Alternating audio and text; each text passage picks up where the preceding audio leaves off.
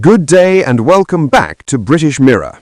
Picture this. The Prime Minister of the United Kingdom gets absolutely savaged by the President of the United States on social media, accused of great stupidity and total weakness, whilst simultaneously green-lighting a Chinese mega-embassy that MI5 has basically said could be a security nightmare.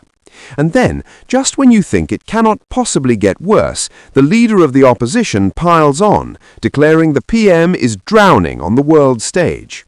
If you're keeping score at home, that is America furious, China emboldened, and British politics descending into what can only be described as an international embarrassment speedrun.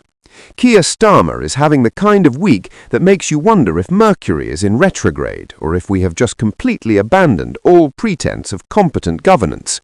Welcome to Britain in 2026, where the special relationship is hanging by a thread and our national security policy apparently gets decided by whoever shouts loudest on Truth Social.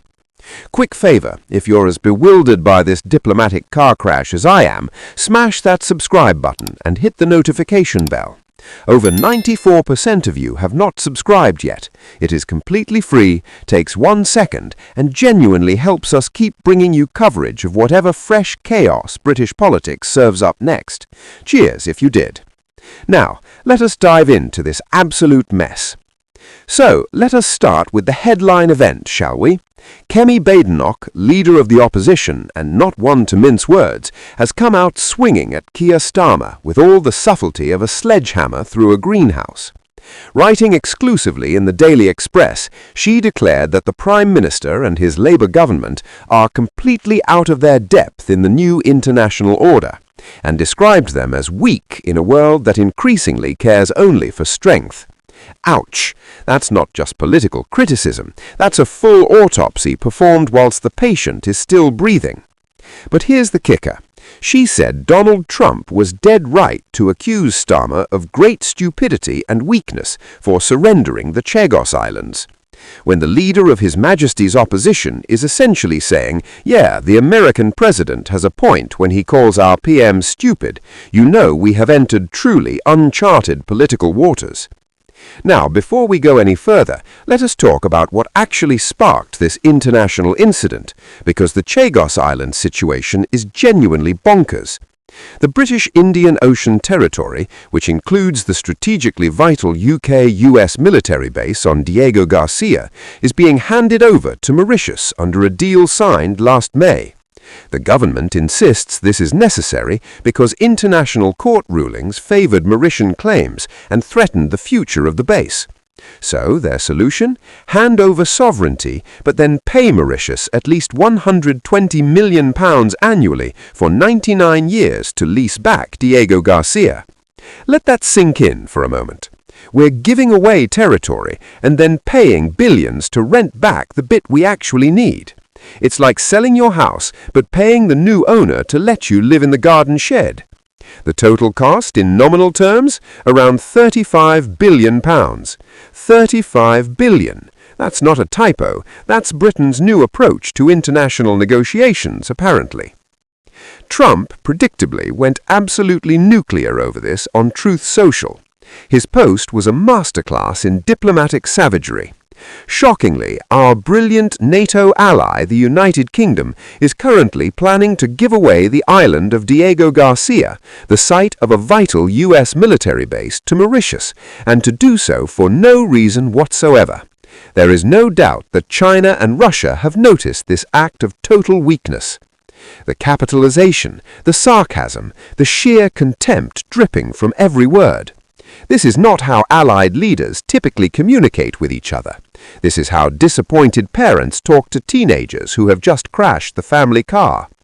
The really devastating part, he specifically highlighted this as justification for Trump's Greenland ambitions, declaring that the UK giving away extremely important land is an act of great stupidity and is another in a very long line of national security reasons why Greenland has to be acquired. So not only has Starmer's decision provoked American fury, it's now being used as propaganda to justify Trump's territorial expansion fantasies. Brilliant work all around. But wait, because the diplomatic disasters are coming in pairs this week, like some sort of terrible political Noah's Ark. On the very same day that Trump was eviscerating Starmer over Chagos, the government quietly signed off on plans for China's new mega embassy in London. Despite furious opposition from MPs, despite security warnings, despite MI5 essentially saying they cannot eliminate all the potential risks, the decision went ahead. The timing couldn't be worse if it were deliberately planned to provoke maximum outrage.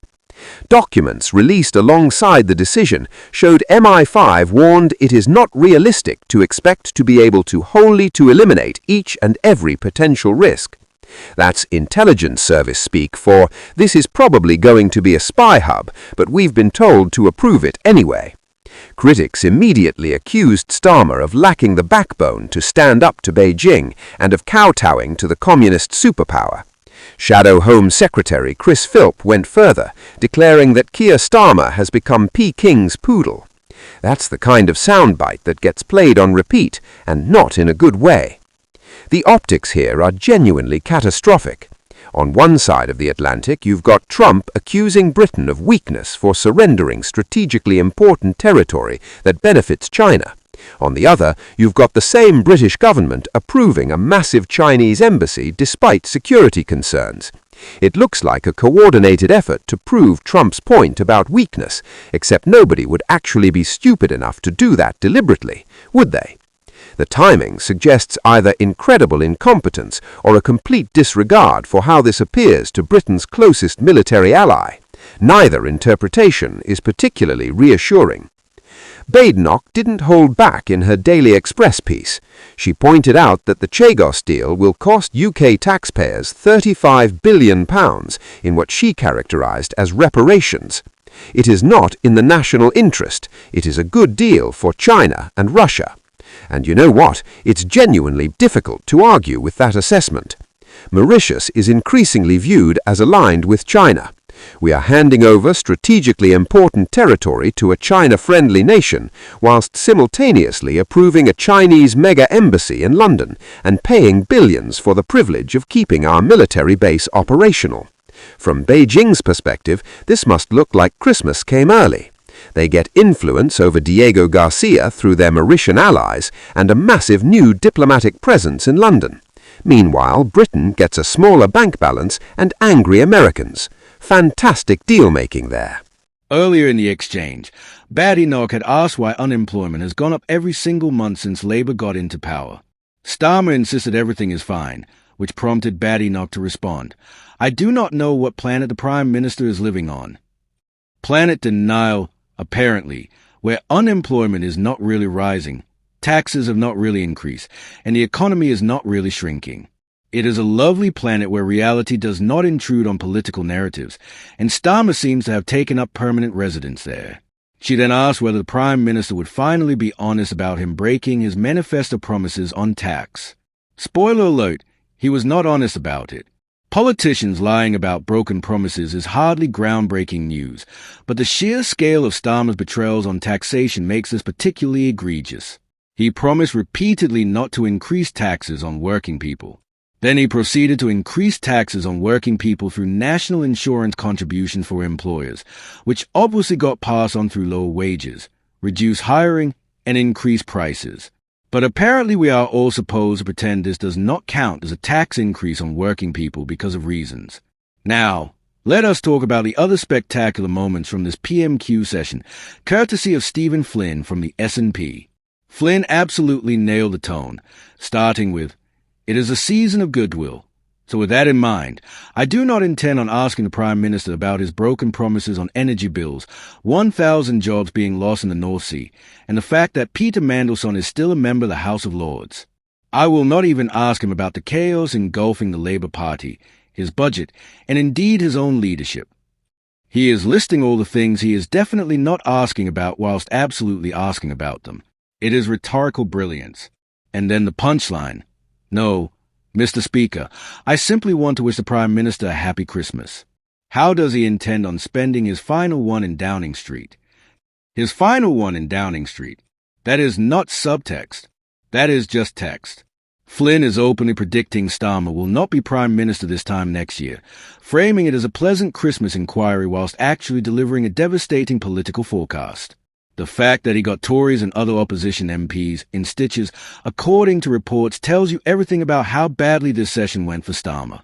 When the opposition is laughing at you, united in their mockery, you have fundamentally lost control of the room. Sir Keir's response? Reportedly delivered with little humour. Well, of course he responded with little humour. The man just got told by multiple opposition leaders that his own MPs want him gone, and that he will not be Prime Minister next Christmas. What is he supposed to do? Laugh along. Ha ha. Yes, excellent observation about my impending political demise. Very droll. Happy Christmas to you too. The lack of humour in his response actually makes it worse, because it suggests he knows they are right but cannot muster even pretense of confidence or wit to deflect the attacks. Then there's the bizarre tangent Starmer went on about reformed defections from the Tories. He asks who is next after 22 former Tory MPs have crossed the floor to reform. This is clearly meant to be an attack on Badenoch's leadership, suggesting her party is hemorrhaging members to Fair Eye's outfit. Except Badenoch immediately turns it back on him with devastating effectiveness. She says he is one to talk after Labour MPs began branding him the caretaker Prime Minister last week.